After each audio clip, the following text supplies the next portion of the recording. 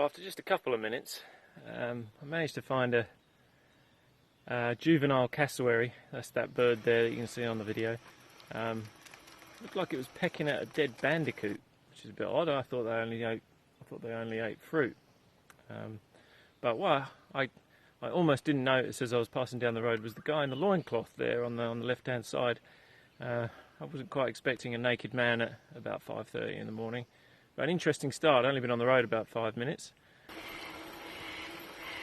Well, I'm about a couple of minutes into this tour.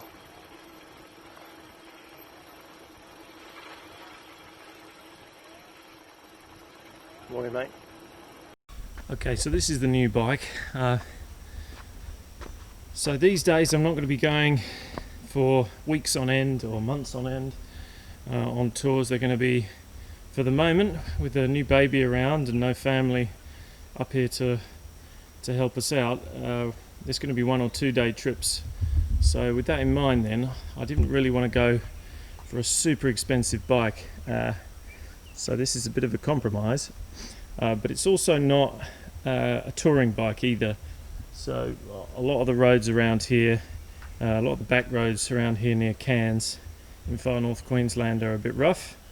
There are some tracks also that you can go on, so I decided on a gravel bike, and so this is I've got a bit of a lightweight setup here because I'm only out for the day. I'm experimenting with a few bags and stuff, so you can see first off that it's a lot wider tired than my previous touring bike, and the bag setup is a bit different. I'm going much more lightweight. This isn't an overnighter, so I have a little bit more on the bike than this when I actually go camping.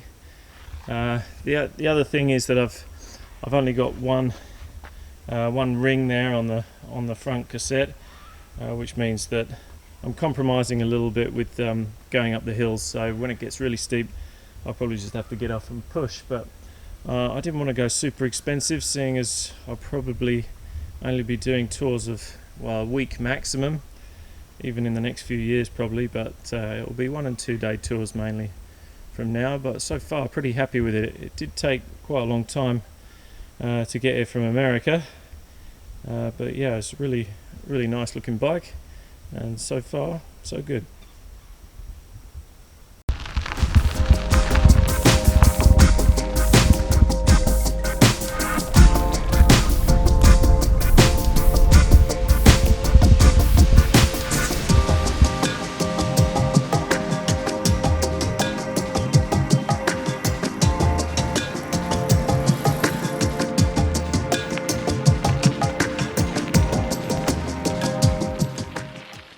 You see quite a lot of this stuff in Far North Queensland, so if you're a bit squeamish, probably best not look at it. Well, I don't know whether that is the caterpillar's kind of nest there or whether it's an ant's nest. It looks a bit more like I don't know, like an ant's or a spider's web or something, I don't know. But usually you see green ant nests in the trees like this, but they're usually leaves. This looks a little bit more web-like, so I don't know what that one is. Maybe it's got something to do with that caterpillar on it. Well, anyway, I've moved out of the rainforest now, and it's only been about 10k, and although there are still trees around, you might notice that they tend to be a bit more spindly and a bit drier. There's a less tropical feel to this area, and so that's all it takes really, just 10k. If that, to get out of the rainforest here. The rainforest stretches quite far north to south, but it doesn't stretch very far inland.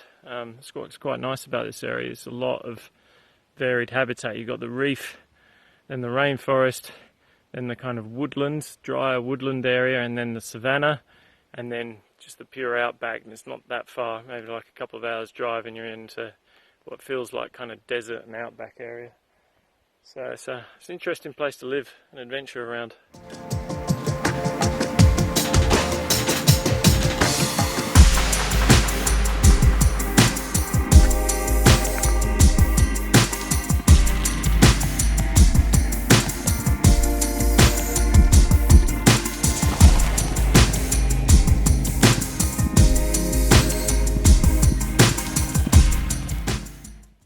So about halfway through this little test run, and it's great. I mean, from going from a kind of a regular touring bike and going on some off-road sections on that, having a gravel bike is just like, it's so much better. You're just rolling over the rocks and the corrugations, and it's really smooth so far, and much quicker than when I tried my hand at bikepacking last year on a free bike that I got off a housemate. So this is much better on the gravel bike.